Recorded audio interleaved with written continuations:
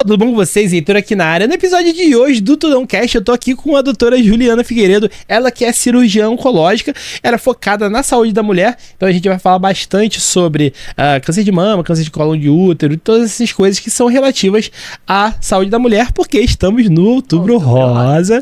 Estamos gravando hoje no dia 26 de outubro. Não significa que você deva se preocupar só em outubro com a sua saúde, é só porque é um período onde se relembra muito isso. Doutora, é muito bom ter a senhora aqui conosco. Eu queria que você se sentisse à vontade. Espero que você esteja gostando de tudo que você está vendo aqui. A gente está, né, nossa terceira semana de operação, mas, enfim, é muito bom ter um médico aqui. Porque acho que as pessoas estão acabaram politizando, né, a saúde nos últimos anos, questão de pandemia e tudo mais. E, nossa, eu fiquei chocado com isso, sabia? Eu fiquei de verdade. Vamos falar do que importa, né? Que é da saúde dos pacientes. Isso. Focar no despolitizar e desmistificar. Exatamente. Não só isso, né? Porque as pessoas começaram a fazer um monte de... Eu tenho uma pergunta que depois eu vou fazer pra senhora, com relação a isso também. De que é um pouco de misticismo que tem que as pessoas envolvem na medicina, que eu acho assim, cara, é muita doideira. Mas enfim, mas primeiro de tudo, né, podcast não dá dinheiro, quem fala isso é mentira, né? O que dá dinheiro é vender mídia dentro do podcast. Eu tenho que fazer isso, vou pedir licença para falar dos nossos patrocinadores. Pessoal, esse podcast aqui ele é patrocinado pelo dono desse podcast, que é a H2I Produções, uma produtora focada em pessoas extraordinárias. Então, o que a gente faz? Você quer se lançar na internet, você quer filmar em altíssima qualidade, você procura a H2I e aí você faz um podcast. Aloca-se esse estúdio de podcast, por exemplo. Se a doutora Juliana quiser fazer um podcast sobre saúde da mulher, ela pode alugar esse estúdio aqui e a gente vai fazer o episódio e deixar pronto para ela. Se uma pessoa quiser dar aulas, por exemplo, ela pode alugar o estúdio de videoaulas, que também é coisa linda. Coisa linda. A senhora não viu ligado, mas fica maravilhoso mesmo. Então, se você quiser produzir o teu conteúdo, também fazem imagens com drone, subaquática. Imagem subaquática, coisa de maluco. Assim, a gente tá num nível absurdo, que eu não esperava chegar. Eu comecei esse podcast aqui, não fez 2 anos ainda, e eu jamais esperava chegar no nível de produção que a gente chegou na H2I. Então, assim, tô muito feliz com isso tudo que tá acontecendo. Então, se você quer produzir o teu conteúdo pra internet, entre em contato lá no Instagram, @h2i.studio. Lá vai ter o link pro WhatsApp e você vai poder pegar um orçamento pro seu serviço. Então, é isso. Então, falar da parte, né? Da parte chata, vamos falar da parte legal agora, doutora. Então, mais uma vez, né? Muito obrigado pela tua participação aqui. Primeira vez no podcast. Primeira vez no podcast na vida. Entrevista também, de um modo geral? De modo geral, sim. Mas eu queria muito te agradecer o espaço, porque exatamente o objetivo, quando a gente entra em outubro, na campanha do Outubro Rosa, é atingir o público geral, né? Uhum. Transmitir a mensagem, lembrar a mulher de se cuidar. Então, esse espaço aqui tá perfeito. Te agradeço pela oportunidade, estou muito feliz de estar aqui. Obrigado. Uma curiosidade ruim. Todas as mulheres da parte da mãe, da parte da minha mãe, todas as mulheres da minha família morreram de câncer de mama. Que loucura. Que loucura. Todas, sem exceção. Isso começa a Aí remeter. a gente desconfia, obviamente, e assim, isso acontece também com outras pacientes, mulheres que normalmente têm mais preocupação com câncer de mama, quem viveu isso na família, né? Quem teve mãe, tia, avó, prima, e passou por isso muito perto. E isso traz uma certa tranquilidade para as mulheres que dizem, não, eu não tenho nenhum caso de câncer na minha família, como se elas estivessem isentas de risco. Uhum. Mas, na verdade, essa genética, assim, importante, corresponde a mais ou menos 20% dos casos de câncer de mama. Os outros 80% não tem a ver. Os outros 80% não tem ligação direta com o fato de você ter uma mutação genética familiar. Olha que loucura. Então, assim, a mulher que não tem câncer na família não pode ser uma pessoa que se desconecta e acha que não tem um risco, porque ela tem em torno de 80% dos casos não tem relação com genética familiar. Mas fatores de risco existem. Fatores de risco, sim. Então, Óbvio que o histórico familiar, né, a alteração genética familiar, ela é um fator de risco muito importante, mas como eu falei, corresponde em torno a 20% dos casos. Os outros 80% estão ligados a fatores ambientais. E aí, o que é fator ambiental? O que a gente come, o ar que a gente respira, o lugar onde a gente vive. Algum desses fatores você consegue mudar e alguns não, mesmo sendo ambientais. Sim. Então, o que você consegue mudar? Você consegue mudar a sua alimentação, você consegue mudar o seu sedentarismo, você consegue praticar exercício físico. O que você consegue mudar? O controle do peso corporal, evitar o sobrepeso, evitar a obesidade, o consumo de álcool, o uso de hormônios. Então, assim, existem esses fatores modificáveis que a gente sempre, né, bate muito nessa tecla, porque é uma coisa que você pode fazer por você e que já é comprovado. Você diminui um risco de câncer em torno de 30%. É muita coisa. Sim. Muita coisa. Então, a gente sempre bate nessa tecla. Se eu fizer tudo isso direitinho, eu vou evitar ter câncer? Não existe evitar ter câncer. Mas você diminui muito seu risco. Então, é importante divulgar. Quando você fala não existe, não existe ainda? Um dia vai existir? Ou é uma verdade dada e, assim, a gente vai conviver com câncer enquanto existir ser humano? Então, em relação ao câncer de mama especificamente, hoje em dia não tem prevenção. Você não consegue tomar uma medida que evita que o câncer ocorra. O que a gente fala é em diagnóstico precoce, tá? E redução de risco. Como eu falei, hábitos saudáveis levam a uma redução de risco. Certo. E o autocuidado, que é principalmente a realização da mamografia a partir dos 40 anos, ela é o diagnóstico precoce. O nosso foco hoje em dia no câncer de mama é pegar a doença muito no início. Porque quando você pega ela muito no início, você cura. E você pode curar essa doença em mais de 90% dos casos precoces. É muito expressivo isso. Sim. E é uma doença muito comum. Então, assim, a gente tem que procurar. Entendi. Quando você fala de uma doença... ver a doença, né? Detectar a doença de modo precoce, Isso. A gente está falando também de autoexame ou não? Não estamos. Autoexame não é detecção precoce de câncer de colo de útero. Por que é o autoexame? É a ideia câncer de mama, no caso, né? Exato. O autoexame das mamas, né? Era uma ideia que se teve, muito bem intencionada, da mulher periodicamente, mensalmente, se autoexaminar e procurar um nódulo, uma alteração na mama e aí procurar um médico. Essa medida, com o tempo, comprovou que não houve uma redução da mortalidade por câncer de mama. É óbvio que qualquer mulher, pelo amor de Deus, qualquer mulher que tenha alguma alteração na mama, que perceba alguma alteração na sua mama, tem que procurar um médico. Mas isso aí é diagnóstico. Você notou algo alterado e você vai ao médico para investigar. Quando a gente fala em rastreamento para detecção precoce, rastreamento, o que essa palavra significa? Você está procurando uma doença. Está procurando, você não sente nada. Você não tem nenhuma alteração. Você está fazendo um exame para procurar uma doença que pode estar ali porque ela é muito frequente. Então, isso é o rastreamento. E o rastreamento a gente faz com mamografia. Por quê? No autoexame, você concorda comigo que você tem que conseguir sentir alguma coisa, Sim. né? Então, a gente detecta na mamografia o câncer muito antes dela virar um caroço, dela virar um nódulo que a mulher vai conseguir sentir com a mão se examinando. Sim. É bem antes disso. Então, o autoexame não é rastreamento. O que a gente defende hoje é o que a gente chama de breast awareness, é prestar atenção nas suas mamas, conhecer as suas mamas. Então, a mulher sabe o tamanho, sabe o formato. Se ela percebe, uma mama está maior do que a outra. Tem uma área aqui que não era assim. Isso, você vai procurar um médico para ver. E não é com autoexame todo mês, não é isso. Geralmente, porque isso é o que eu ouço, né? Quando eu falo, gente, autoexame não é rastreio de câncer de mama. Aí a primeira coisa que a paciente fala ou outra mulher, né? O pessoal fica meio revoltado quando eu falo isso, né? Sim. Que autoexame não é rastreio.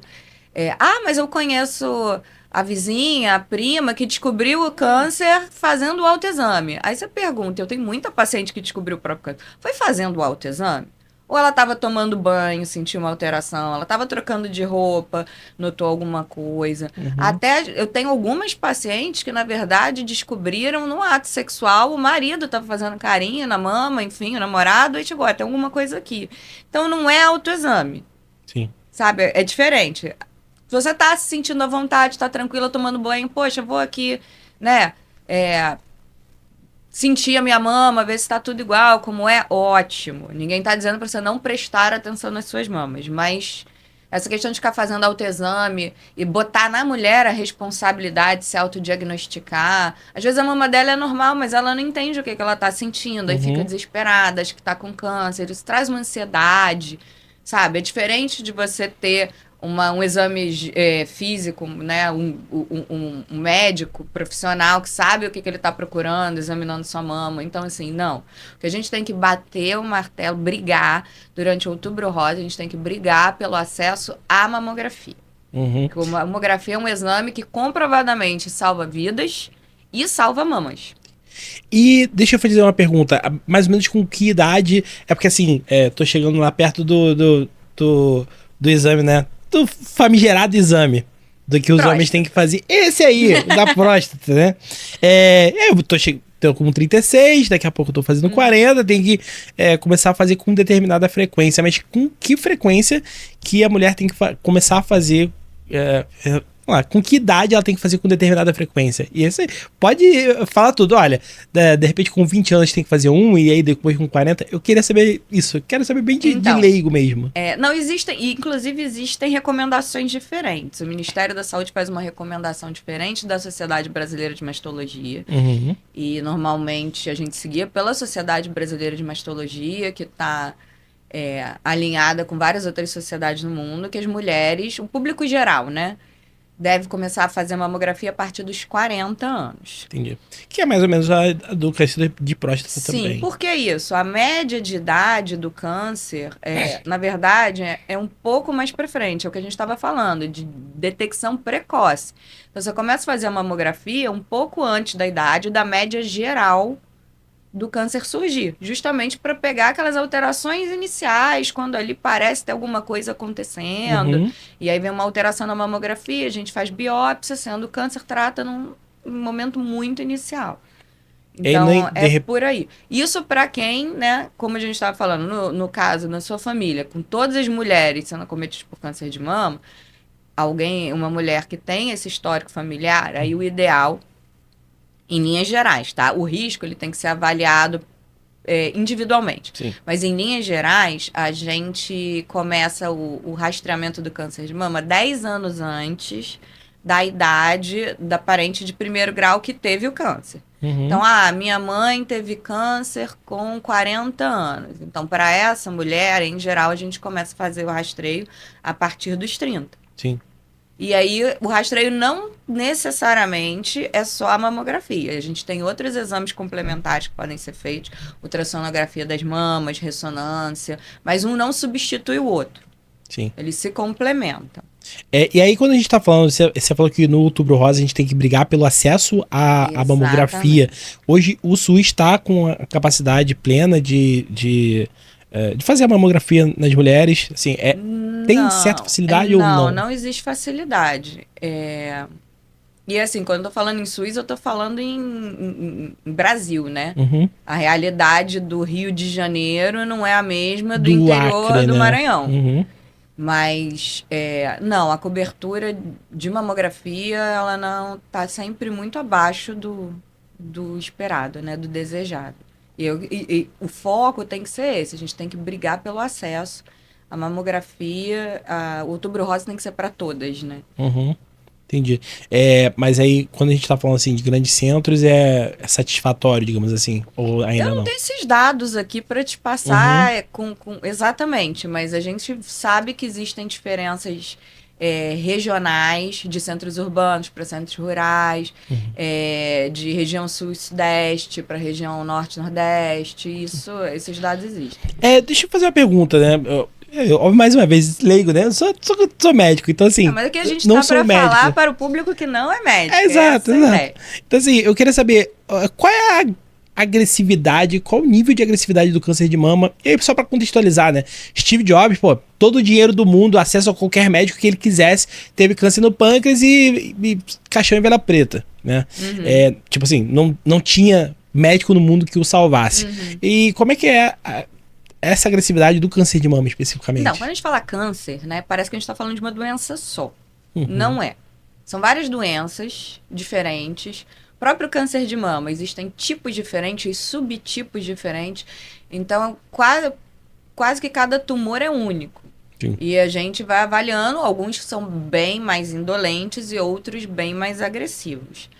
Então, não tem muito como comparar. O que a gente tem de números importantes que eu acho que precisa ser dito sobre o câncer de mama? É extremamente frequente. É o câncer que mais acomete mulheres no Brasil e no mundo. Então, não é uma realidade brasileira, é uma realidade mundial. Então, por isso essas campanhas também são campanhas mundiais. E aí, o que é muito comum? O que é muito comum? A estimativa hoje é 1 em cada 8 mulheres vai ter câncer de mama. Bastante coisa. É muito frequente. Então, aí o que a gente pode fazer a respeito, né? Sabendo que é uma doença muito frequente, é descobrir no comecinho. E é isso que eu te falei. Qual o número que eu tenho pra te dar? Eu vou dar números felizes aqui. Eu não quero... Aqui o objetivo não é assustar não ninguém. Não é ser triste, né? São números felizes e a ideia é incentivar o autocuidado. Então, o câncer que é descoberto bem no comecinho, que geralmente a mamografia pega essa alteração, mamografia e os exames que a complementam, bem no começo, leva uma taxa de cura de em torno de 95%. Ou seja, é uma doença que pode ser curada. Ela só tem que ser encontrada bem no começo. Existe muita mulher, Heitor, que não faz os exames por medo. Justamente por medo de encontrar alguma coisa. Eu não tô sentindo nada, aqui eu tô bem. Quem procura acha. Eu falo exatamente isso aí. Quem procura acha. Quem procura acha. O que eu vou ficar procurando, né? Porque é muito comum. Então, a chance de qualquer mulher, independente de ter câncer na família ou não ter câncer de mama, é muito alta. E a única coisa que a gente pode fazer pela gente é descobrir bem no começo. Sim. Pra chegar nessa taxa de cura de 90% a 95%. Deixa eu fazer uma pergunta. Já ouvi falar, mais uma vez, de leigo.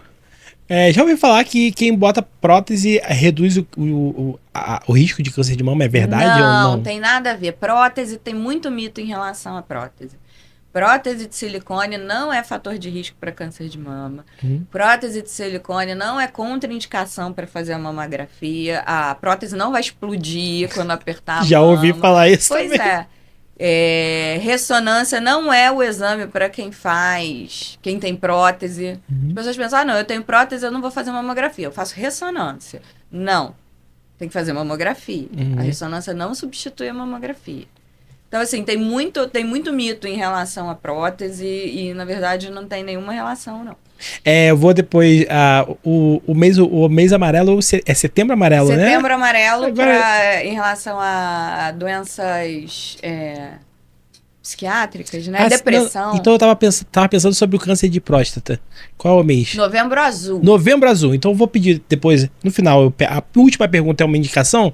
Já fica o spoiler aí. E aí eu vou pedir uma indicação de um colega que fale sobre o câncer de próstata, né? Que também acomete muitos homens. Não, é um assunto extremamente importante. Extremamente importante. Quero alguém aqui, quero um colega aqui seu pra gente falar sobre isso.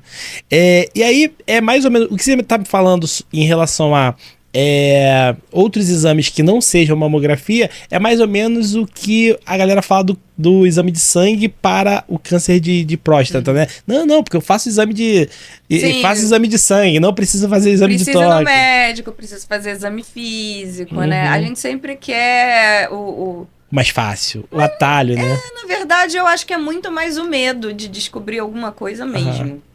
E aí, quando se descobre, já, você bem falou, né? 95% das vezes existe uma cura. Sim, descobrindo bem no comecinho e tendo, obviamente, acesso ao tratamento.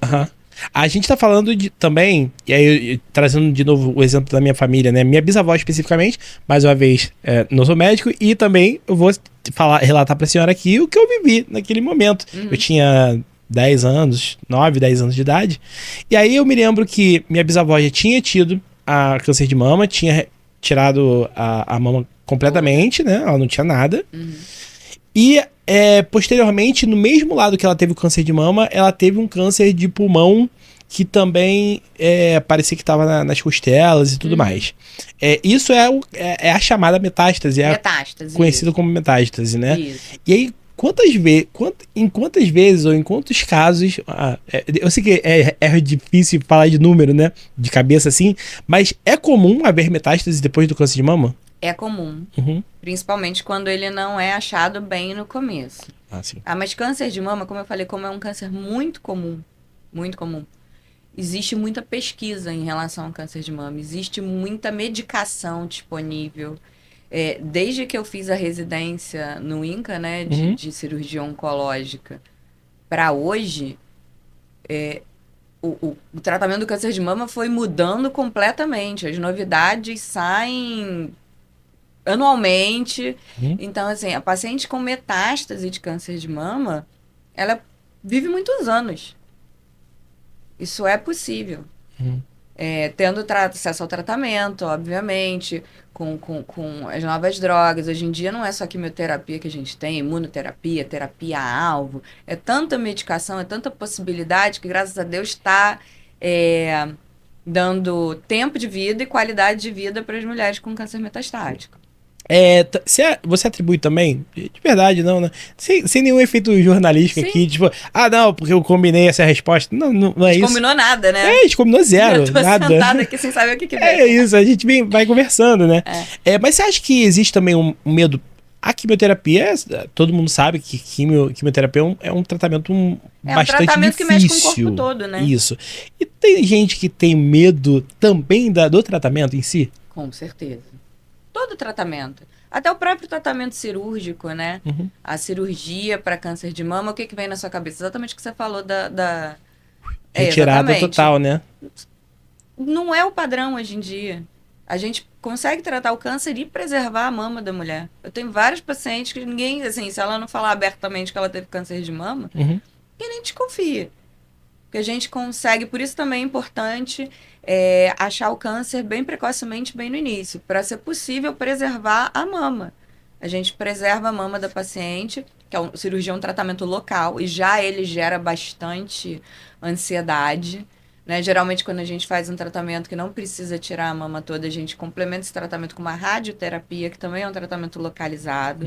E aí, o que a gente mais ouve é assim, tira logo a mama toda. Como, né, aquela ideia de, você tira o órgão, aquilo vai resolver o problema, e nem é. Normalmente, você manter a mama e fazer a radioterapia tem resultados melhores em termos de não ter retorno da doença do que fazendo a mastectomia, que é a retirada da mama toda. E é uma cirurgia muito menos agressiva, né, para a autoimagem da mulher, porque a gente tem que pensar nisso quando a gente fala de mama ou que eu também trato, né, trato genital feminino, existe todo um outro contexto além da doença. Existe um contexto de autoimagem, existe contexto de símbolo daquele órgão, existe um contexto sexual.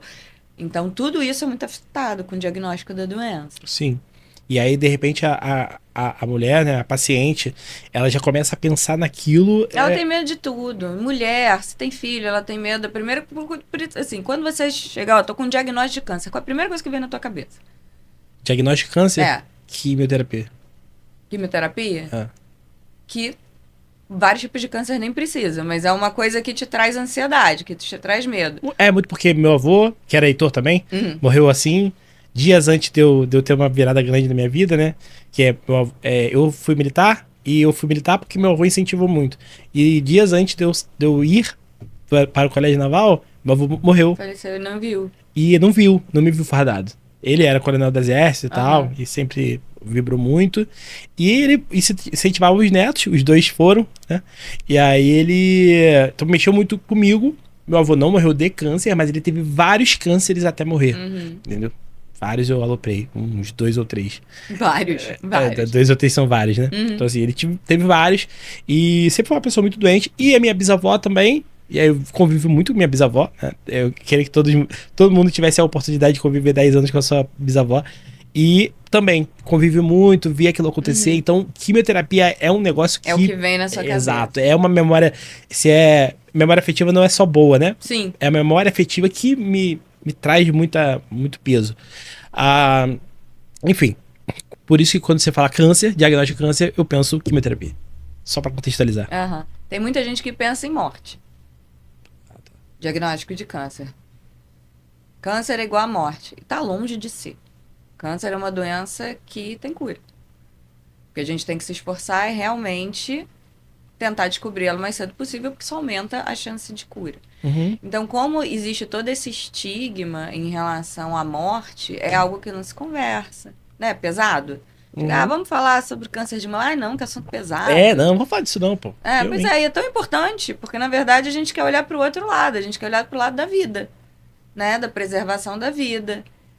Então, é mais ou menos disso que você está falando, que você fala, as pessoas têm muita ansiedade em relação a câncer, fogem do exame, fogem do diagnóstico, fogem de procurar a doença por isso.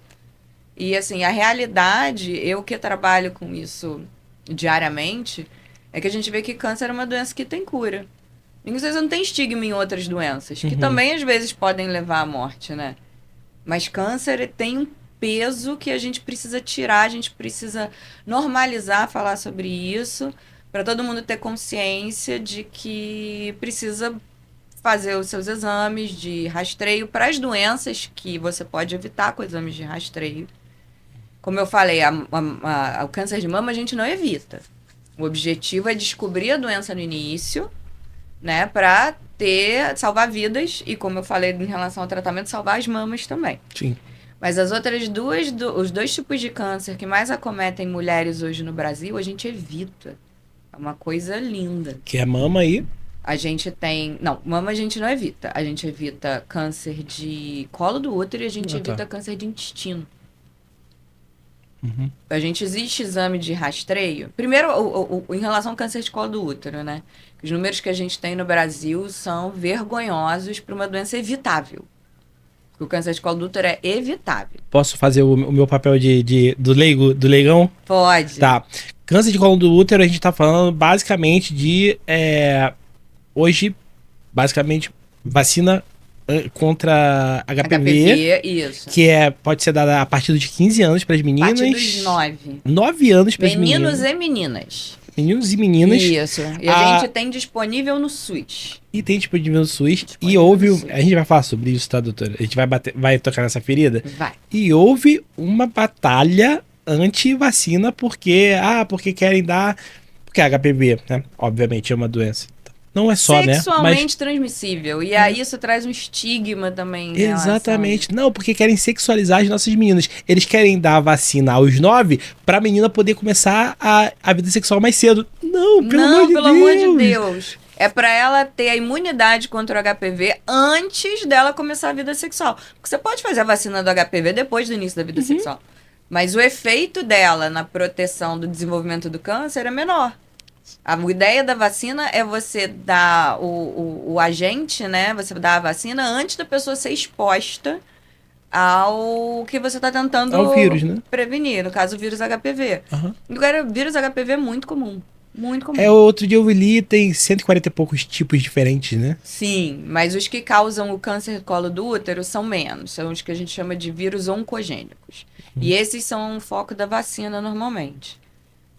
Então, assim, vacinar seus filhos contra HPV, gente, é um ato de amor, pelo amor de Deus. Não é isso que vai sexualizar ninguém, né? Muito pelo contrário. Até porque... Sexo é natural, ele vai acontecer em algum momento da vida. E até porque com 9 anos, a criança nem sabe o que é isso, né? Ela tá tomando uma vacina igual ela toma vacina, sei lá, pra sarampo. Pra gripe, né?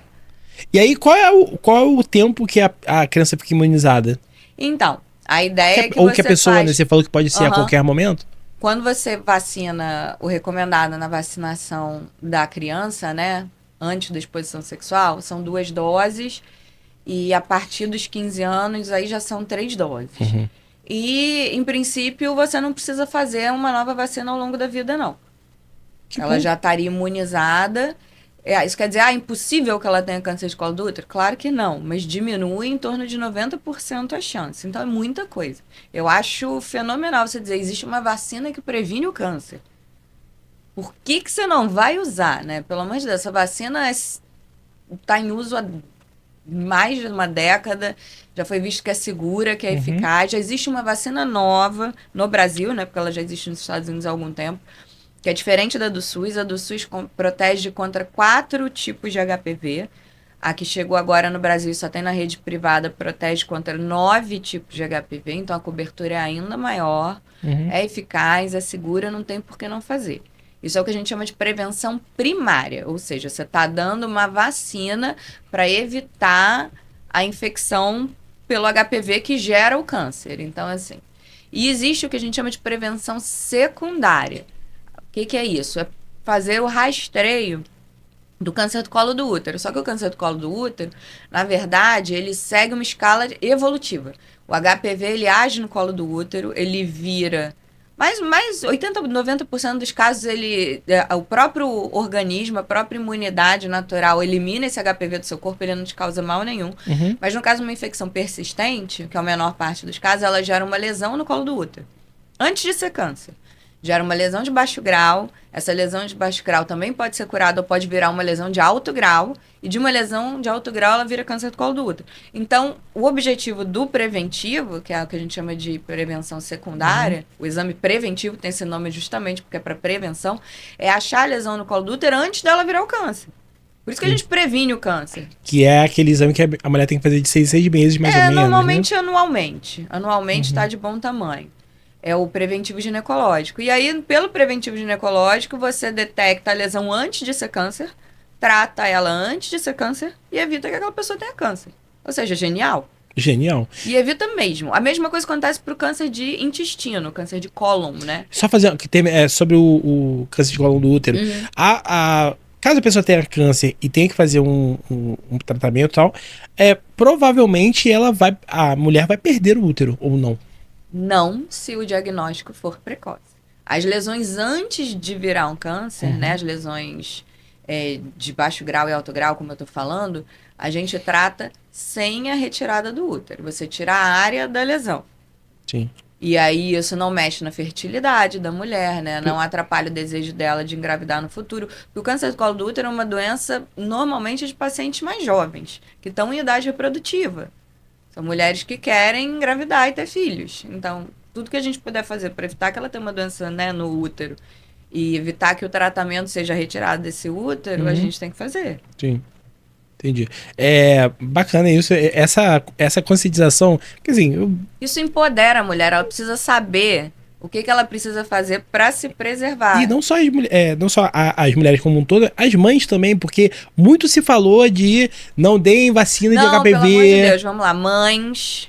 Aqui eu faço um apelo, também sou mãe. Olha para aquela câmera ali, ó. Mães, eu faço um apelo, vacinem seus filhos e suas filhas contra o HPV. É ato de amor. Por favor.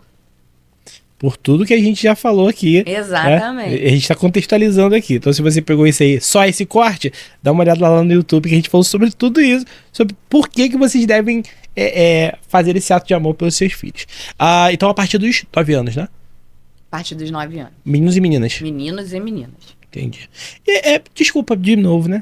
Sempre a curiosidade. Por que de 9 aos 15 são 2 doses e a partir dos 15, 3 doses? Então, inicialmente eram 3 doses, quando a vacina foi desenvolvida, e aí foram feitos estudos que mostraram que a resposta imunológica seria suficiente, e o estudo engloba as crianças nessa faixa etária. Então, tudo que a gente faz em ciência, em medicina, normalmente, é baseado em resultado de estudos. E aí, o que acontece quando você diminui uma dose? Você aumenta a adesão, né?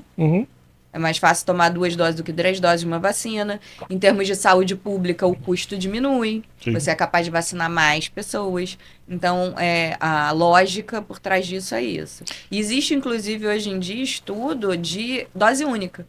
Dessa vacina. Era essa pergunta. Você tá lendo mente, pô. Não é possível. Já existe estudo de dose única de vacina HPV. É essa que eu falei, a que protege contra os 9 vírus, que ainda não está disponível do SUS, mas eu tenho fé que em breve estará. Deixa eu fazer só pra gente falar de ordem de grandeza. Hoje, outubro de 2023, quanto custa isso na rede privada? Quanto custa essa vacina? A nonavalente? Assim, são 3 ordem doses. Ordem de grandeza. Em torno de R$3.000. Em torno de R$1.000 a pra dose. proteção pro resto da vida. A gente não faz dose de reforço. Mas a ideia é que seja... O ideal é proteger o início da vida sexual, que é quando você começa a ter contato com o vírus. Sim. E, via de regra, né, as pessoas mais novas têm mais parceiros, então a chance de contaminação é maior, né? Não, gente, não vamos relacionar HPV com promiscuidade. Porque... E olha só, não tô julgando ninguém aqui não, tá? Mas você... como eu falei, o HPV ele é muito comum. Mais de 80% das pessoas têm o HPV. Então você pode ter um parceiro único a vida toda e ter um HPV oncogênico e desenvolver câncer do colo do útero. Que doideira! Sim. Isso vai ser mais um corte, porque mais uma vez, né? Fui militar da Marinha e nas palestras, pode ser que eu tenha entendido errado? Pode. Mas nas palestras, sim, era muito... a mensagem que se entendia, pelo menos, é que estava relacionado sim à promiscuidade. Entendeu? Não, é uma doença sexualmente transmissível. Uhum. Mas isso é um dos estigmas que a gente tem que tirar de cima do HPV, de cima do câncer do colo do útero, porque ele não é... Câncer de colo do útero não é uma doença de pessoas promíscuas. A gente tem que tirar isso, não é real. Assim como, né, antigamente, na década de 80, se falava que HIV era doença de homossexual, né? Não existe correlação, né?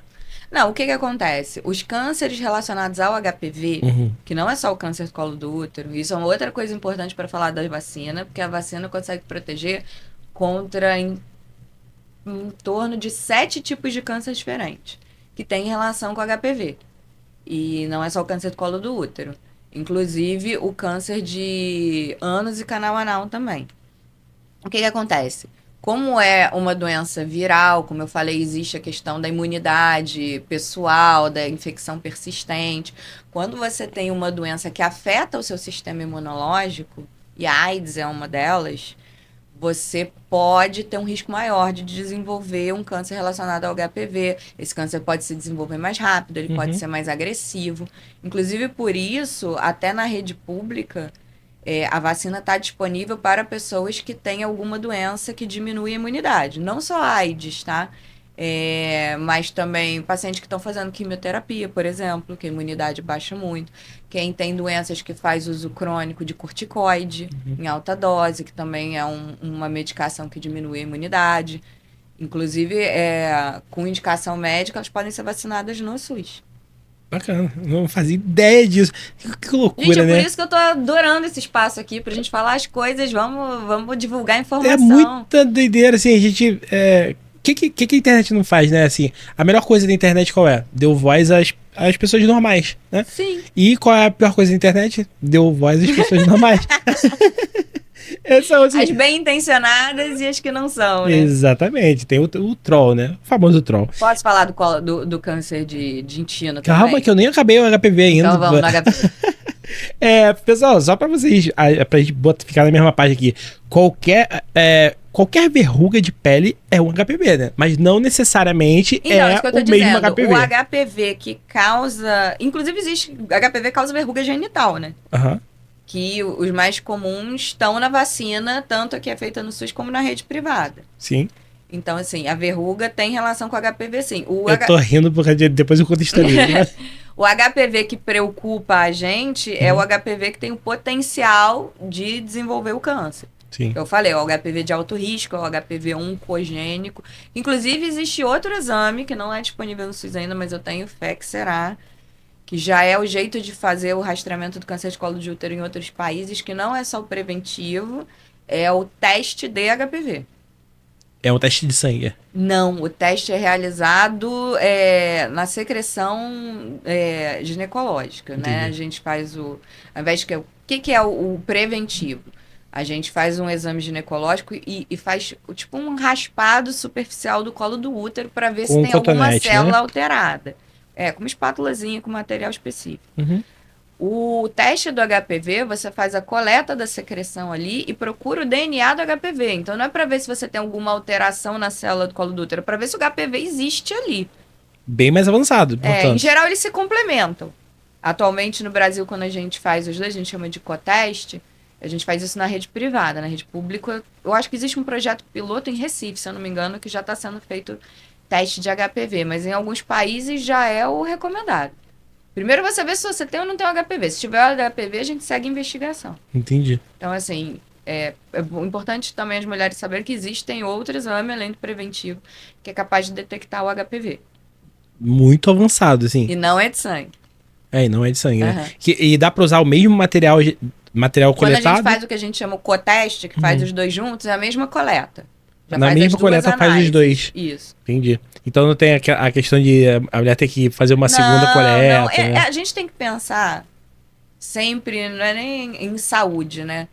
É sempre ser o mais eficiente possível. Uhum. Se achar a pessoa tem mais o que fazer para ficar toda hora indo no médico, toda hora fazendo exame, isso diminui muito a adesão. Entendi. Que é que você falou do número de vacinas, né? Exatamente. 3 vacinas são Se você menos. for fazer uma vacina única, é muito mais fácil você ter adesão do que uma pessoa ter que ir lá tomar 3 doses da mesma vacina. Sem dúvida. Que doideira. É. Eu tenho duas BCG aqui, mas a minha filha, por exemplo, só tem uma, né? Não sei. Aí eu não sei exatamente se agora. Não, só vai se dá uma. evoluindo. A febre amarela, por exemplo, quem é igual a mim, né, dos anos 80, a gente era exigido, né, de brasileiro, quando viajava, ter vacina da febre amarela, vencia a cada 10 anos. Se eu não me engano, hoje em dia é uma dose única também. Vacinou uma vez. Então, assim, as coisas estão em constante evolução. À medida que a gente vai estudando, vai adequando o que é melhor para a população, né? E o que é mais fácil, o que é menos custoso.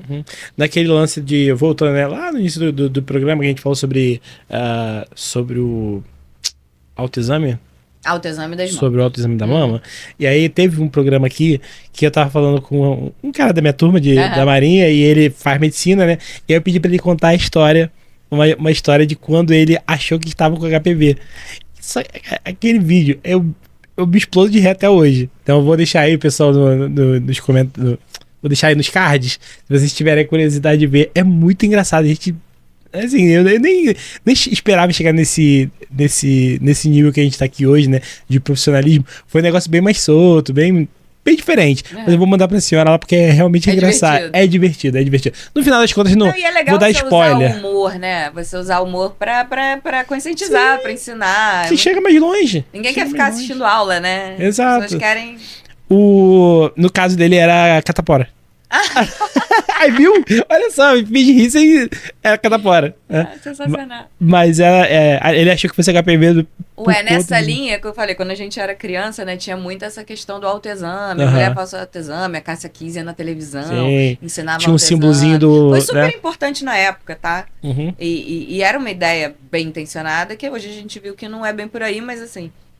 O negócio, você conscientizar e você explicar, o negócio fica tão entranhado. Eu tenho uma amiga minha que era de faculdade, que era criança, né? Tipo, pré-adolescente nessa época.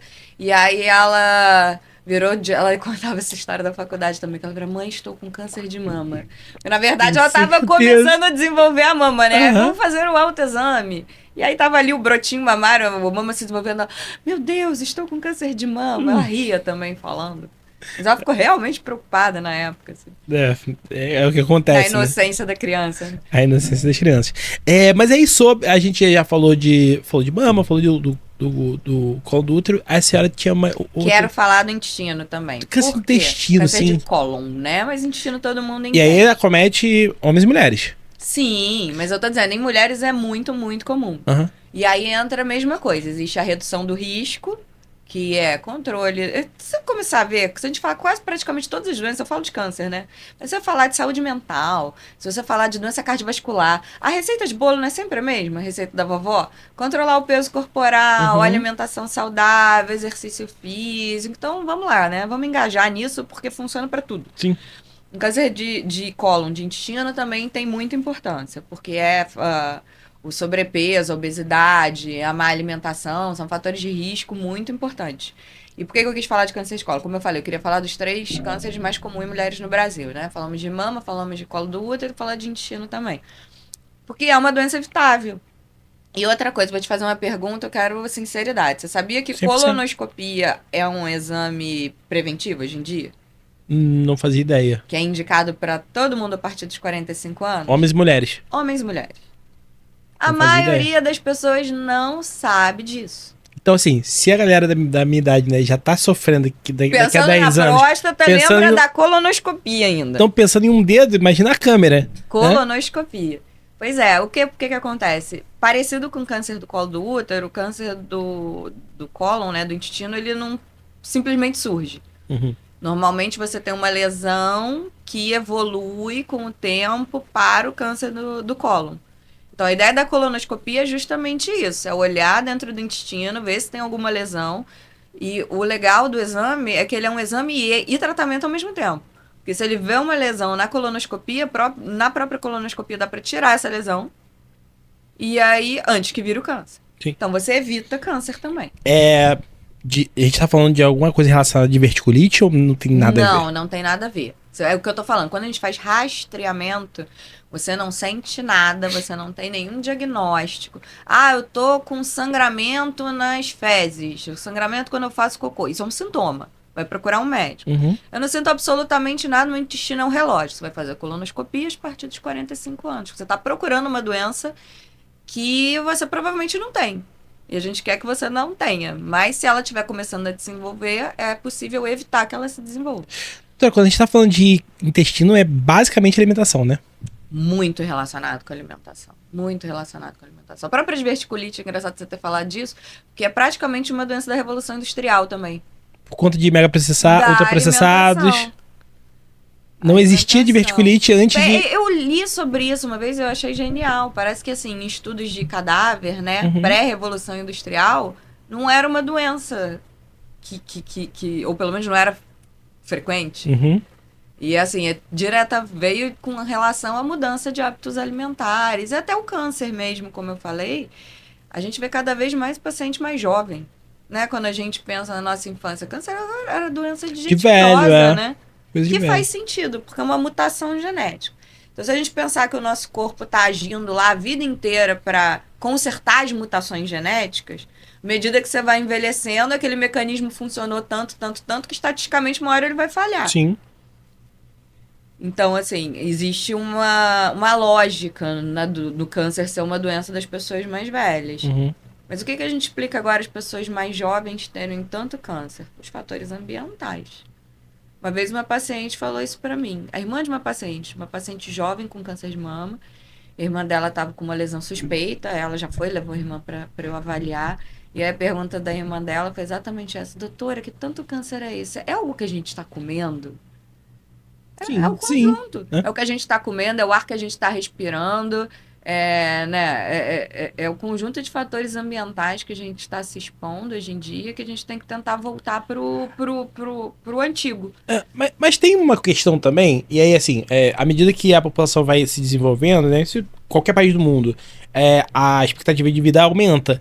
E aí a gente, eu sei, o corpo humano não foi exatamente projetado para viver 80, 90, 100 anos, né? Então, você não acha também que à medida que a gente vai aumentando vai deixando de morrer, a gente começa a ter até mais casos de câncer também? Não, é o que eu falei, é esperado, Uhum. é uma doença esperada, porque é uma doença que vem da falha do mecanismo de reparo de DNA, de mutação, que em idades mais avançadas essa doença ocorra. O que Sim. a gente tá alarmado é ocorrendo nas pessoas em idade muito mais jovem do que seria esperado. Uhum. Lógico que se você já tem uma mutação genética, né, é mais simples, é mais explicável.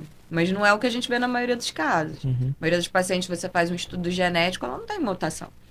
E quando você tá falando desse paciente jovem, eu tô advogando em causa própria nesse momento, quando você tá falando desse paciente jovem, você tá falando de que tipo de câncer e de quão jovem é isso? No caso aqui, como a gente tá falando de Mama e... de outubro rosa, Uhum. eu tô falando especificamente do câncer de mama. tipo assim... Mulheres abaixo de 40 anos com câncer de mama. E qual é o perigo disso? São mulheres que estão fora da faixa do rastreamento. Então vamos começar a fazer mamografia em todo mundo com 20 anos? Não resolve. Por quê? Também existe toda uma lógica na idade, né? Ninguém acordou um dia e falou 40 anos é um número mágico. Uhum. Não é. Você tem os dois fatores, né? Como eu falei, em torno de 10 anos antes da média da população desenvolver a doença. E a mama, quando ela é mais jovem, ela é mais difícil de ver na mamografia. Então, você fazer o exame na mama muito jovem, você pode até ter uma lesão ocorrendo ali e ela não aparecer. Porque o exame não é feito para ver esse tipo de mama muito jovem. Então, essas pacientes, aí mais importante ainda, a questão que a gente falou do preste atenção nas suas mamas, se tiver alguma alteração, procurar um médico. Muita gente também, é aquela questão do medo, até inconsciente, não uma coisa racional, acaba negligenciando achar alguma alteração e aquilo evolui. E aí eu vou aproveitar e fazer uma pergunta, assim, para você que é homem, mas eu acho que todo mundo tem essa dúvida. Você sabe quais são as alterações nas mamas? Não faço a E aí, menor assim, ideia. vou aproveitar o meu comentário para você que é homem e lembrar uma coisa. Homem também pode ter câncer de mama. E já essa pergunta tava aqui já. É raro. Na memória RAM. É raro. Existe? Existe. Homem tem que fazer mamografia? Não, porque é uma doença rara. Doença rara a gente não faz rastreio. Mas ele tem que prestar atenção se aparecer um caroço, um nódulo na região das mamas ou outros sintomas. Uhum. Que é o que a gente divulga muito para as mulheres, mas só para lembrar, porque o foco é as mulheres. Mas sim, é possível. O homem pode ter câncer de mama. E aí, quando a gente tá falando de mama em homem, É a mama masculina. a gente também tá falando da região, né, próxima à axila, né? Sim. Não só peitinho, não é o bico do peito. Não é peitinho só, não. Não, Mamilo, não não. É toda a região, né? Exatamente, é toda a região. Entendi. E aí, mas o tratamento muito similar ao da mulher, ou exatamente igual. É o que eu falei, é individualizado, né? Cada tipo aí vai avaliar, tem que fazer biópsia, tem que ver qual é o tipo de lesão. E a maioria das alterações da mama masculina não são câncer, mas tem que prestar atenção e se aparecer uma alteração, porque o que acontece? Joguei bola lá, né? Passei o domingo jogando bola, dei uma bolada aqui no peitoral, pô, tá doendo aqui, fez uma bolinha. Foi do futebol. Presta atenção, né? Uhum. Vai no médico, vê direitinho. É raro, mas é possível que existe câncer de mama em A homem. senhora já tratou um câncer de mama em homem? Eu já fiz diagnóstico também. Mas, como eu falei, é extremamente raro. Extremamente. Porque você até parou um pouco pra pensar, eu já imagino que seja muito raro, até pra você que cuida. Doutora, eu tenho uma questão, eu gosto muito de saber o que move as pessoas, né? O que tira as pessoas da cama. E eu queria saber o que te moveu, por que mais uma vez, né? Eu, Heitor, interpreto o câncer de uma outra maneira. Pra mim é uma coisa diferente, né? Uhum. Mas o que te levou a ser cirurgião oncológico? Por que você falou assim? Você tinha se formado. E aí, residência? Cirurgia oncológica. Top. Vou lá fazer. Vou me dedicar a isso. A primeira coisa é que, assim, quando você começa a escolher especialidade dentro da medicina, se você vai mais pra clínica ou pra especialidade cirúrgica. E eu sempre gostei muito de cirurgia. Eu gosto de resolver as coisas rapidamente, né? Entendi. Então, assim, cirurgia é uma coisa que dá uma impressão pra gente de agilidade, né? Uhum. Você vai lá, tem uma doença cirúrgica, você opera, tratou a doença. Então, isso sempre foi uma coisa que me atraiu. Dentro das especialidades cirúrgicas, eu sempre gostei muito de cuidar de mulheres. Eu sempre me identifiquei muito em cuidar de outras mulheres. Muito mais do que cuidar de homens, assim. Sei, afinidade, entender as dores, né? A gente tem... mulheres entendem mulheres. Uhum. Então, assim, eu sempre fui muito por esse lado. E aí, dentro das especialidades, eu também tive uma influência familiar. Minha mãe também é médica, é cirurgiã oncológica, então eu já estava naquele meio do tratamento do câncer feminino e foi natural. Foi natural. Pensei em outras especialidades cirúrgicas também, mas acabou que foi e aí, quando a gente tá falando da especialidade cirurgia oncológica, a gente tá falando de mais outra faculdade, né? Mais 6 anos? Exatamente. Basicamente uma outra faculdade. 6 anos de medicina, 3 anos de cirurgia geral, que já é uma especialidade por si só. Uhum. E aí outras especialidades cirúrgicas, normalmente você faz depois da cirurgia geral. Então, a cirurgia oncológica foram mais 3 anos de cirurgia oncológica. E é uma coisa que não para, né? Essa formação. Aí você tem curso, aí você faz fellow, aí você faz... Médico, quando alguém resolve ser médico, é estudar pra vida inteira. Tem que gostar muito de estudar, porque não para. Eu perguntei pra alguém aqui que é o podcast, e aí a gente tava falando sobre um pediatra que tinha 80 e muitos anos, e aí alguém perguntou pra ele assim, mas, pô, doutor, o que você usa hoje que você aprendeu na sua faculdade? Ele, nada, pô, minha faculdade não tem nada a ver, pô, mudou tudo, esquece. A gente saiu do negócio, a gente saiu lá, 150 anos atrás de sangria pra hoje saber o DNA do vírus, né? Do E HPV. ter doenças que eu estudei praticamente em história da medicina, né? Ainda que voltaram a existir. Que não né? existem, né? Que a não gente só existem sabe mais. por história. Varíola, né? Cadê? Se bem que varíola tá rolando uns Nem casos vamos nem aí, entrar né? nesse mérito, mas assim, doenças erradicadas, né? Existem doenças erradicadas. Isso é Uhum. lindo. Se a gente não cuidar, Volta. Cara, que doideira. Eu tava vendo no final do ano passado, Monkeypox, que era varíola de macaco, né? É. E aí, de novo, né? Politicagem. Ah, gente.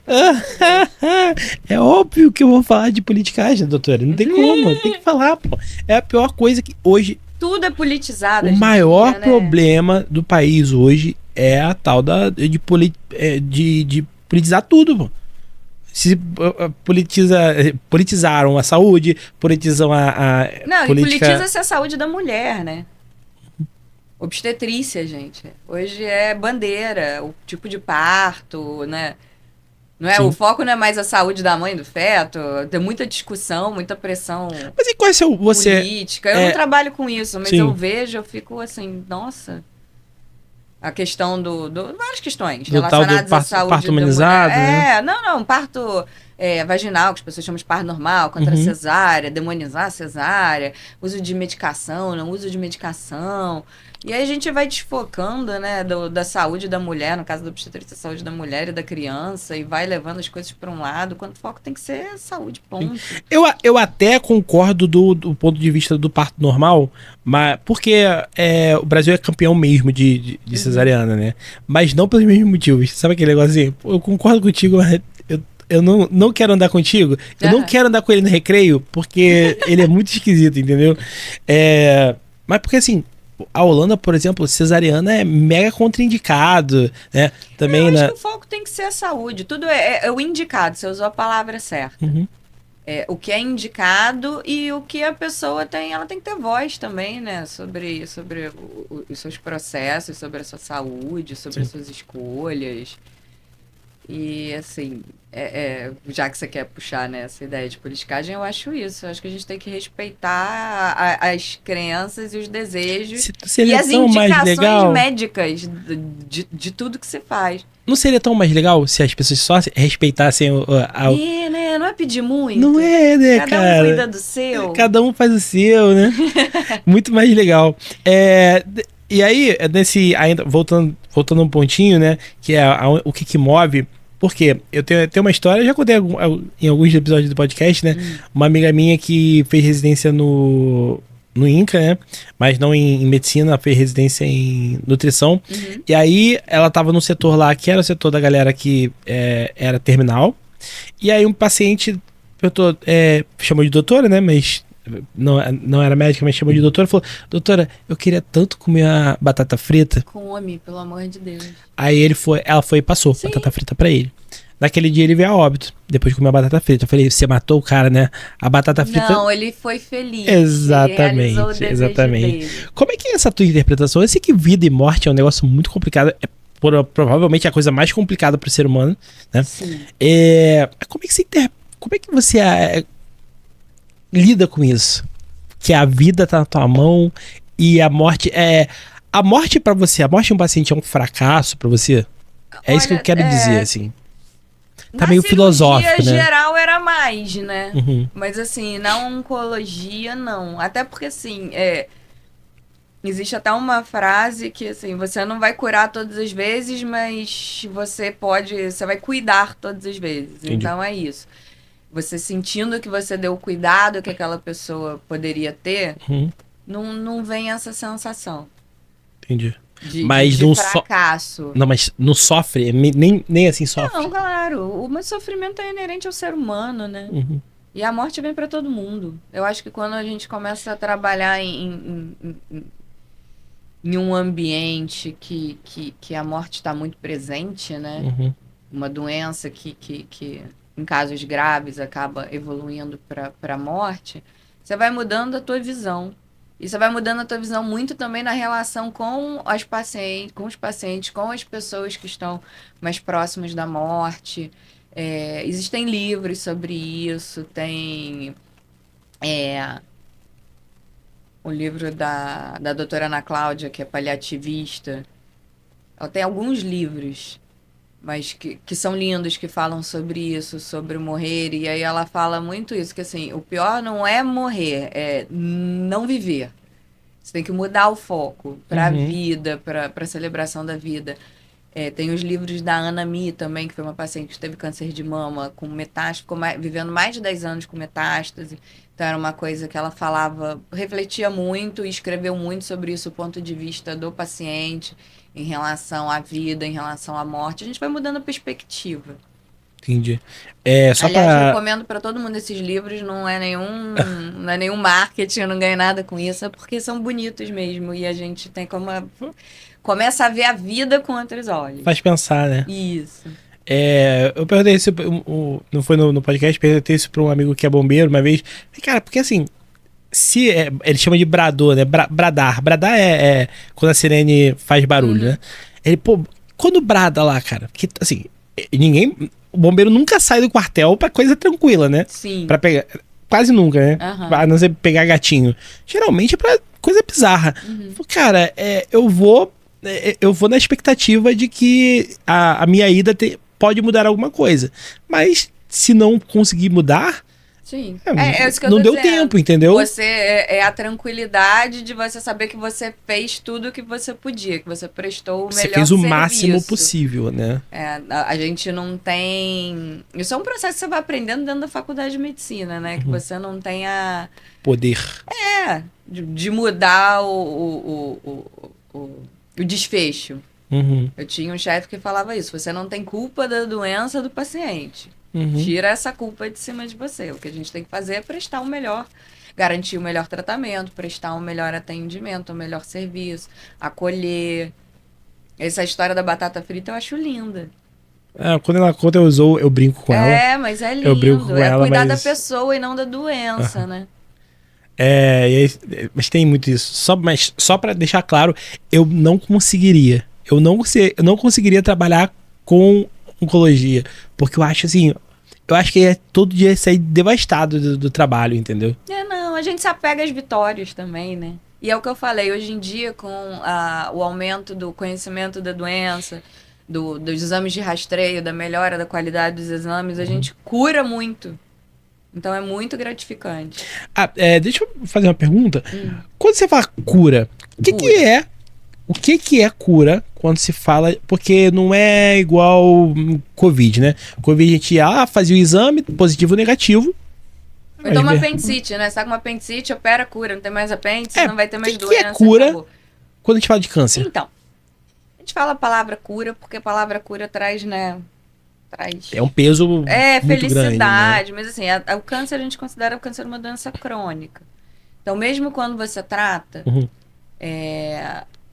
o que a gente costuma dizer, quando não tem mais a doença, você está em remissão. E aí você fica num acompanhamento, o paciente trata o câncer, não tem mais evidência de câncer. Você fica em acompanhamento com um exame com médico, alguns meses com exames, né, complementares de imagem de sangue, porque sempre existe um risco da doença voltar. Como eu falei, quanto mais no início você pega e trata, mais difícil é que essa doença volte em algum momento da vida. Aí é que a gente está falando de cura. Você tratou a doença e ela não vai voltar nunca mais. Mas a gente nunca pode dar uma garantia de cura para os pacientes. Quando a doença volta, geralmente o mais comum é nos primeiros 2 anos, uma vigilância até os primeiros 5 anos, e aí usa-se muito isso em oncologia. Passou de 5 anos e você está curado. Não é muito melhor alguém dizer para você que você está curado do que dizer, você está em remissão. Né? Muito melhor. Muito melhor. Mas assim, na realidade, é uma doença crônica que você vai acompanhar e vai estar ali, vigiando pro resto da vida. Entendi. Falando assim, grosseiramente, como eu falei, câncer é uma palavra que junta várias doenças de órgãos diferentes, e mesmo nos mesmos órgãos, são doenças de comportamento diferentes, a gente usa uma palavra genérica. Eu gosto sempre de comparar, assim, quando a gente fala de fruta, é uma palavra genérica, desculpa. Fruta é uma palavra genética. Gente? Genérica. Fruta é uma palavra genérica para um tipo de alimento. Aham. Quando eu falo fruta, você entende o que que é fruta. Sim, Mas você total. também, se você parar pra pensar, você entende que você tem banana, melão, morango, cereja, uva, coisas completamente diferentes. Tomate. Tomate, né? Fruta vegetal. Sempre tem essa, né? Mas assim, eu entendi o que você falou. Então, assim, câncer é. É um meio que grupo de doenças grupo de que tem doenças. uma característica em comum. São doenças que podem se espalhar. Uhum. Mas são tão diferentes entre si quanto um limão e uma melancia. Tem uma grande expectativa, logo no início, quando as pessoas começam a procurar, se existe aquela diferença do tumor benigno e maligno. Sim. Tumor maligno é o que a gente chama de câncer. Uhum. Tumor é qualquer, vamos falar em termos bem leigos, qualquer bola, qualquer caroço, qualquer nódulo é um tumor. Se esse tumor é um câncer ou não, é o que a gente precisa descobrir. Existem muitos tumores benignos. Por exemplo, a gente está falando de mulheres, mioma. Todo mundo já ouviu falar em mioma. Mioma é um tumor benigno do útero, mas é um tumor. Uhum. Não é um câncer. Quando a gente fala em tumor benigno, é uma doença que não se espalha, que não vai ameaçar sua vida. Quando a gente fala em tumor maligno, a gente está falando de câncer. E o tumor maligno necessariamente cresce ou não? Não, é o que eu falei. Existem vários tipos diferentes. Uhum. Vários tipos diferentes. Então, alguns crescem, mas de forma muito lenta. E tem tumor benigno que cresce. E tem tumor benigno que cresce, precisa ser tratado, que Vai, precisa ser doutora, operado. vamos lá, eu sou de exatas, eu não consigo. A gente raciocina diferente, né? Engraçado. Vamos lá. Por que um é benigno e o outro é maligno, e o benigno pode crescer e não me mata, e o maligno... Pela capacidade de se espalhar. E pelas alterações. Aí a gente vai entrar muito, muito, muito na ciência, assim, pelas alterações que ele é capaz de causar no seu organismo. Geralmente o tumor benigno, ele é localizado, ele pode ir aumentando de volume, mas ele é o que ele faz. Uhum. Ele não vai afetar a sua vida de outra forma, assim. Entendi. Tá. Mas então, quando as pessoas falam assim, uma calcificação. Não, e as pessoas, os médicos geralmente. Uma calcificação é um tumor. Na mama, não. Na verdade, um dos achados da mamografia que mostram pra gente que tem alguma coisa acontecendo naquela parte da mama são microcalcificações irregulares. Existem calcificações benignas também, de outras origens, cicatriciais, vasculares, então assim, nada é muito certo. O que eu achei legal você falar isso, que é chegar, o médico fala pra mim, você tem calcificações, isso pra você não quer dizer nada, né? Pra mim é um ajuntamento de cálcio. Calcificação. É difícil, eu acho que assim, na verdade a gente tem que se preocupar como médico em falar a língua que o paciente entende. Justamente por isso que eu trouxe a doutora Juliana, que... Assim, se você for pegar a minha fala, assim, né, minuciosamente em ciência, aquilo não é bem isso, não importa, eu não tô fazendo uma palestra, que eu tô querendo explicar uma coisa da forma que a pessoa entenda. Então isso é uma coisa também, pacientes têm que se preocupar, porque às vezes você tá lá sentado, você tá angustiado, você não tá entendendo o que tá acontecendo, e a pessoa começa a falar aquele mediquês que você não tá entendendo nada, pergunta. Medicaid é legal, porque a gente tem lançado muito advogado aqui, né? E todos eles falam assim, se afasta do juridiquês, não fale de juridiquês. Eu falo, assim, na verdade, eu até brinco, assim, eu entendo completamente o paciente pegar um resultado do exame e ler e não entender nada, quando eu fui ter que ler um documento jurídico. Eu peguei gente, virei para advogado, tá certo, eu assino, porque eu não tô entendendo nada do que tá escrito aqui. Então eu entendo perfeitamente o que o paciente, né, não está entendendo. A gente tem que explicar de uma forma que a pessoa entenda. Justamente. Dentro de novo, né? Sou de exatas, aí minha cabeça, como você bem falou, a gente pensa diferente. Pensa. Existe o inconclusivo do tipo, eu não sei se é câncer ou não. Não aceita isso. Eu não sei se é câncer. Existe.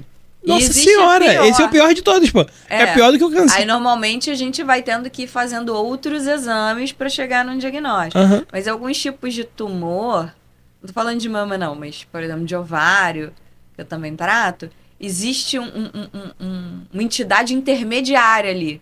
Aqui é um tumor benigno de ovário, aqui é um câncer de ovário. Aqui no meio a gente tem algo que se chama borderline. O que é isso? É intermediário. Como assim? E na psiquiatria também tem borderline. Tem também.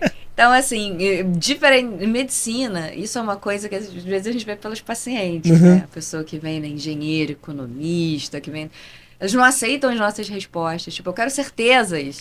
E o Não, médico e não não te dá tem, certeza né? de nada. A gente diz, é raro, a chance de cura é alta, a pessoa ela quer resultados. Eu falei, não tem como te garantir resultados, né? Vamos fazendo tudo certinho que vai dar certo. O amigo meu foi fazer o exame de DNA, a menina tava falando que uma criança era dele, e aí saiu o resultado. Inconclusivo. Não, saiu 99,96% de certeza, né? Aí, doutor, mas não tem 100 não? Quando ele foi pegar lá, não era doutor não, a pessoa que entregou, não tem 100, ele fez 100 só Deus. Aqui é 99,96. Mas fica tranquilo, é teu mesmo. Aí era dele o filho. A gente tem uma frase que vai aprendendo na faculdade também, que é bem clichê. Na medicina, nem nunca, nem sempre. Nem nunca. Não existem os extremos. Que doideira, né? Muita Isso traz uma doideira. angústia, né, pra pessoa. Muita coisa. Eu que sou, comecei a fazer Olimpíada de Matemática com, sei lá, 7 anos de idade. Eu quero certezas. Eu quero isso aqui. Isso aqui é pão, queijo e pão de queijo. Existe o pão de queijo. Mas tem o pão e tem o queijo. Muito bom. Doutora, deixa eu ir me caminhando pro final aqui. Eu sempre termino com 2 perguntas aqui, tá? A primeira tem a ver com a segunda. Então, a primeira pergunta é a seguinte. Eu queria saber se... Não precisa falar quem é a pessoa, não. Só depois que a gente ligar a câmera, você me fala. Só me diz sim ou não. Você indicaria alguém pra estar aí no seu lugar sendo entrevistado por mim? Sim. Sim! Sim! Sim! Então, por quê que eu pergunto isso? Porque se eu perguntar simplesmente se você gostou, você ia me dizer sim de primeira, né? Assim, sim, gostei. E aí, isso não me passa a resposta, eu não faço a anamnese correta, entendeu? De 0 a 10, né? É isso aí. Qual então, a chance assim, de você indicar o podcast para um amigo? Exatamente. Assim, se você indica alguém, significa que o meu trabalho está sendo feito de forma correta aqui. Mas, isso me leva à segunda pergunta. A segunda pergunta é a seguinte: feedback positivo não me leva para frente. Os feedbacks que me levam para frente são os negativos. O que eu posso mudar aqui, em toda essa experiência, desde o momento que você estacionou aqui, né, até esse momento que a gente tá? O que eu posso melhorar para a próxima vez que você vier no próximo Outubro Rosa aqui, você se sentir melhor? Eu ser um entrevistador melhor, ou o estúdio ser um lugar melhor? Eu tô super à vontade. E, assim, tô surpresa, porque é o que eu falei, né? Eu não tenho muita... A nossa formação de médico é completamente diferente. Tem gente que é naturalmente, né? Tem mais artista, comunicação, mais né? comunicador. Não é o meu caso, assim. Eu tenho dificuldade com câmera, tipo, pra onde que eu olho. Mas eu tô super à vontade. Porque, assim, é exatamente o que você falou. Vamos sentar e vamos bater um papo. É isso, não precisa ter só precisa ter um norte, né? A gente vai falar de saúde da mulher. Tema. Mas aí a gente vai falar de saúde da mulher. Olha, mas não é só na mulher não, tem no homem também e tal. Dá umas pinceladas. Dá umas pinceladas, isso. Já teve programa aqui que a gente fez de 4 horas e 5 minutos, porque era muita coisa pra falar, e aí as coisas vão se encadeando, né? Tenho certeza que esse é um episódio que eu me arrependo de 4 horas e 5 minutos. Porque doeu muito, assim. No final tava, nossa senhora, parece que eu fui atropelado por um caminhão.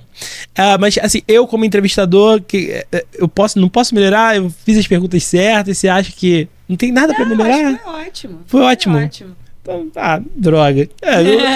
Eu gosto quando tem feedback, tipo assim, muda isso. Um dos feedbacks que a gente...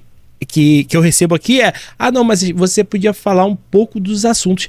Não, mas a graça é exata. A graça é ser. Deixa a vida me levar, né? Vamos conversando e. As pessoas queriam que nos 5 primeiros minutos ali, 5, 10 primeiros minutos, eu faça sobre os assuntos. Mas eu não sei os assuntos. A graça é essa, entendeu? É exatamente isso que me chama a atenção no podcast, né? Que os caminhos que vão tomando são curiosos. Por exemplo, agora eu sei que existe a remissão, né? Remissão. Tem a cura, tem a remissão, enfim. Eu acho que assim, esse assunto que a gente tá falando é importante. Eu acho que vai despertar interesse. Eu acho que vai despertar dúvida. É isso. Então, assim, também me coloco aqui à disposição. E se as pessoas tiverem dúvida, como é que elas te acham? Se tiver dúvida, pode... Eu acho que o canal mais fácil é o meu perfil no Instagram. Você tem como divulgar, claro, né? Arroba doutora Juliana Figueiredo. DRA, doutora ou doutora? DRA, isso. DRA Juliana Figueiredo. Juliana Figueiredo. É. Tá. Aqui dá muito pano pra manga, tem muita coisa que eu acho que deve ter gerado dúvida, né? Aquela pessoa convicta do autoexame, assim, meu Deus, então não é pra fazer? Então não é pra fazer autoexame. Não é que não Faça é. a sua mamografia.